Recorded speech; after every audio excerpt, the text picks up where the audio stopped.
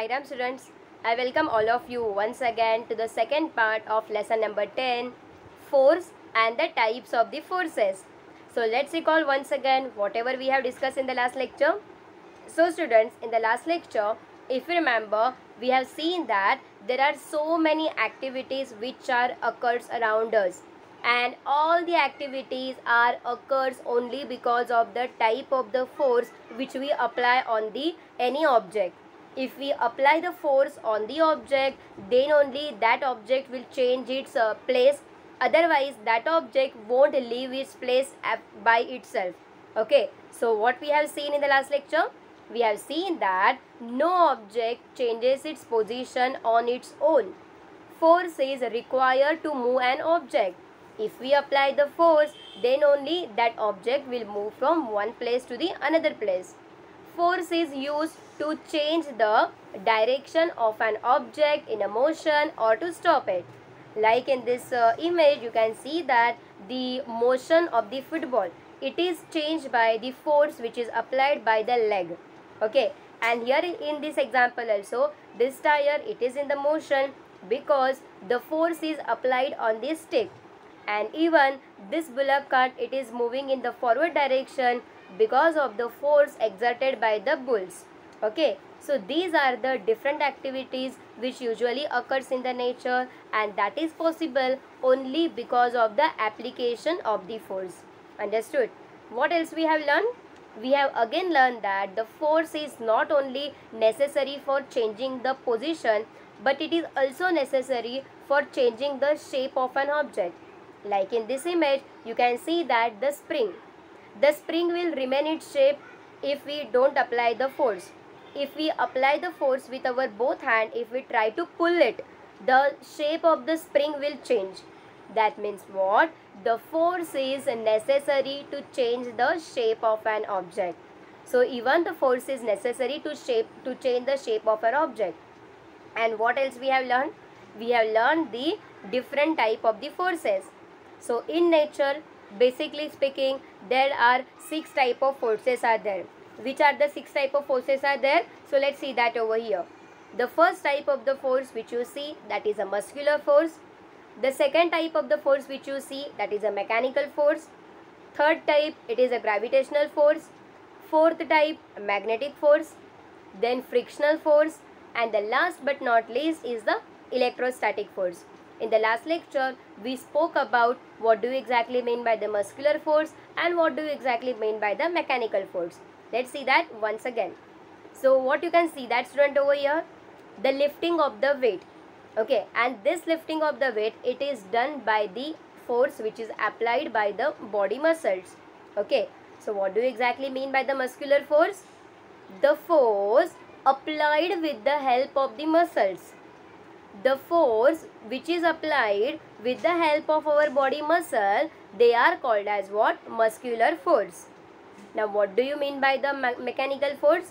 There are so many machines which we use in our day-to-day life, like mixer, then swing machine and the tractor, etc, etc. Okay, so all these machines, they run by their own. So the force applied by the machine, the force it is applied by the machine, it is called as what? Mechanical force. Okay, now let's learn the different type of the force now in the next part. Now see here student, what you can see that over here in this image. Here a student is playing a ball. Okay, if an object is thrown in the upward by applying a force, it reaches a certain height and comes down again. Why is this so? Can you see that over here? This boy, he is throwing the ball in the upward direction. This ball is reaching to the certain height, and after reaching to the certain height, the ball will again come back down. My question is that why this occurs? Any specific reason? Even if you throw anything in the upward direction, that will come downward immediately. Am I right? Why exactly that happens? Any specific reason? No? Let's see. Now see a student, most of the time not only the ball, even you must have seen the different type of the fruits. Okay, the fruits which are on the trees, the fruits also they fall on the ground. Why not the fruits go in the upward direction? Why fruits they are falling on the ground only? Why they are not going into the sky? The fruits which are growing on the tree, they are also coming in the downward direction. Why? Who is pulling them in the downward direction? So, to answer to your question, over here, let me tell you that there is one force which is towards the earth. So, earth has the specific force. The earth pulls all the object towards itself. If you throw anything in the upward direction, that thing will come down. Even if the fruit will fall down. So, whatever objects are coming down, that is because of the force which is applied by the earth. So, earth is trying to pull everything towards it. Okay. So, this type of the force which is applied by the earth and it pulls the object towards it, this is called as gravitational force. What it is called as? Gravitational force. So, what do you mean by the gravitational force?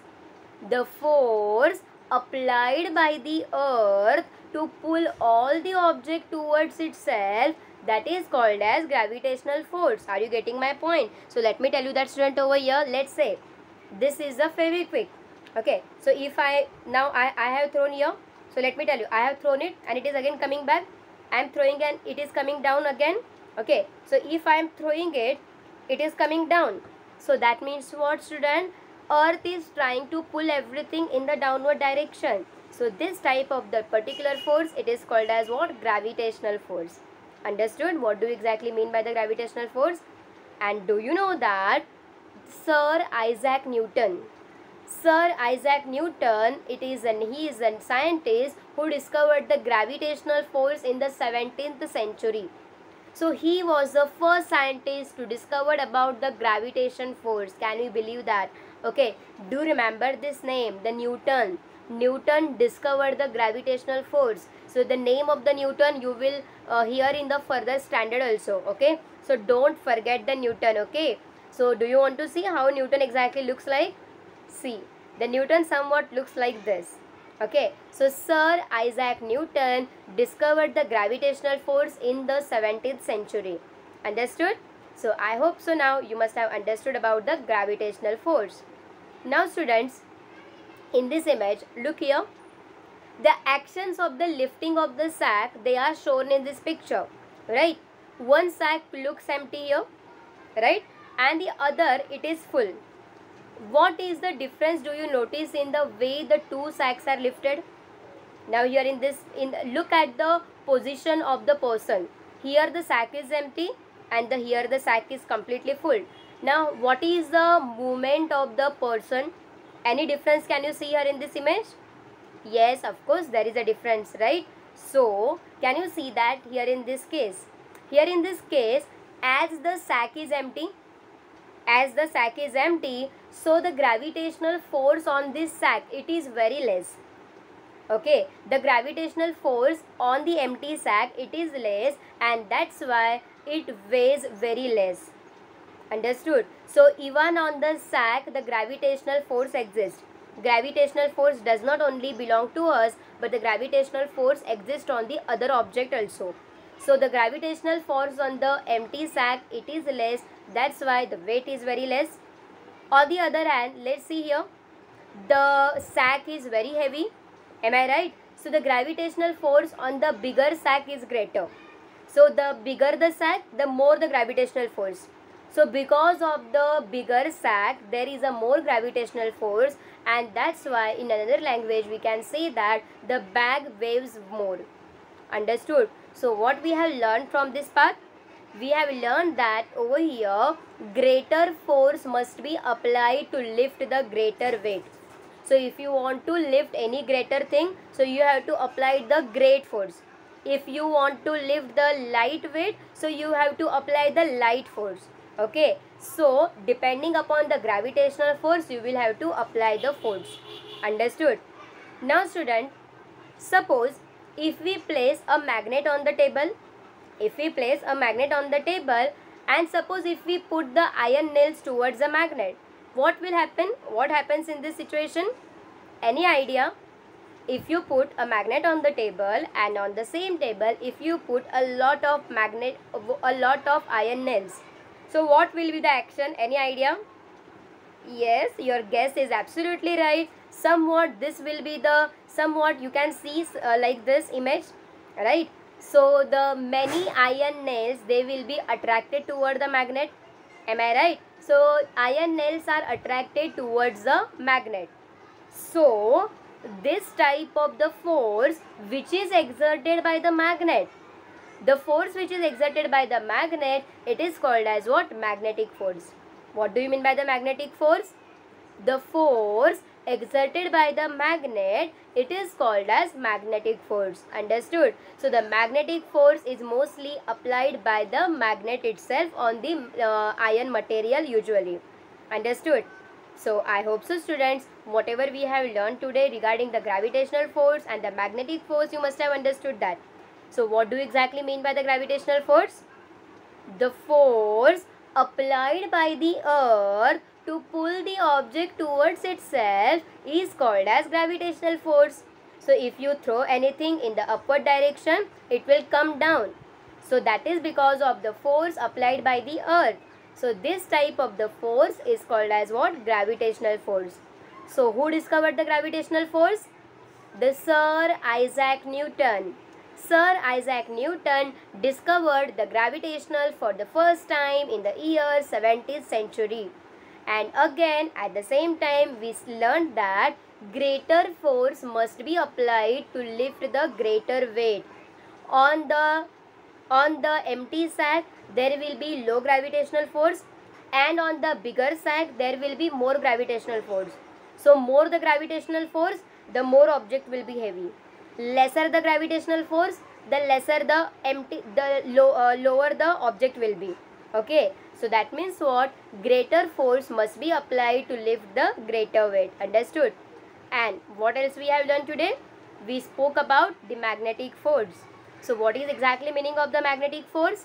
The force exerted by a magnet, it is called as magnetic force. Okay, so students, today we discussed regarding the gravitational force and the magnetic force. I hope so you must have understood that. So the next part of this topic we will continue in the next lesson. Bye bye, take care.